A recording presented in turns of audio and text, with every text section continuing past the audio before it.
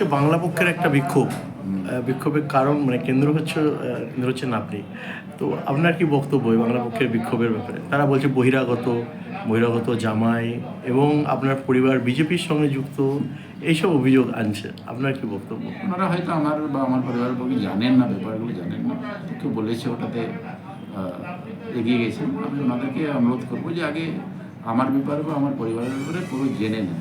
জানার পর আমার মনে হয় না এই ধরনের কিছু ওনারা ইন ফিউচার কোনো দিন করবেন। আপনার মাধ্যমে ওনাদেরকেও জানায় 94 সালে সেরিংসুর পুরুলিয়ার অ্যাডমিশন আমার।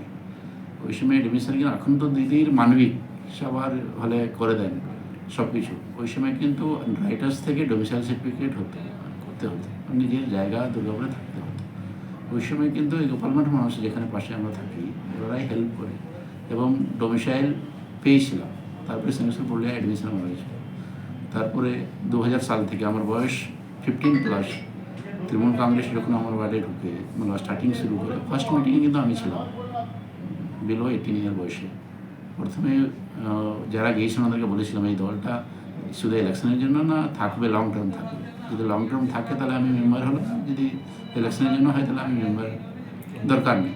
দল বলেছিলেন যে দলটা থাকবে, হারুই যেহেতু দলটা থাকবে। ওই সাল থেকে দল এবং সমাজসেবা কাজের সঙ্গে যুক্ত করে আসছে আজকে প্রায় 25 বছর। 2012 সাল থেকে যে জায়গায় থাকি ওই ওয়ার্ড থেকে প্রথম জিতে কাউন্সিলর হয়, বড় চেয়ারম্যান হয়। 17তে জিতে কাউন্সিলর MIC হয়। 22 থেকে 25 3 বছর বোর্ড মেম্বার সামলিয়েছি। কিছুদিন আগে ভাইস চেয়ারম্যান দল করেছে, সরকার করেছে। 13 বছর ধরে এটা চলে আসছে।